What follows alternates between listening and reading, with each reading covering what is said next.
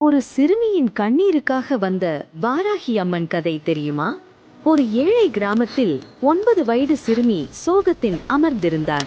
அந்த சிறுமியின் அம்மாவிற்கு உடம்பு மிகவும் மோசமாக உள்ளது. அம்மாவின் நெஞ்சில் தலை வைத்து, "நீ என்னை விட்டு போகக்கூடாது" என்று கண்ணீருடன் சொல்கிறாள். வீட்டிற்கு வெளியே ஒரு மரத்தடியில் உடைந்து கிடக்கும் வாராகி அம்மன் சிலை. அந்த சிறுமி காலில் செருப்பு கூட இல்லாமல் சிலை முன்னின்று கண்ணீருடன், "எங்க அம்மாவுக்கு உடல்நிலை நன்றாக வேண்டும்" என்று கண்ணீருடன் வேண்டுகிறாள். இரவில் ஏதோ வருவது போல் ஒரு உணர்வு.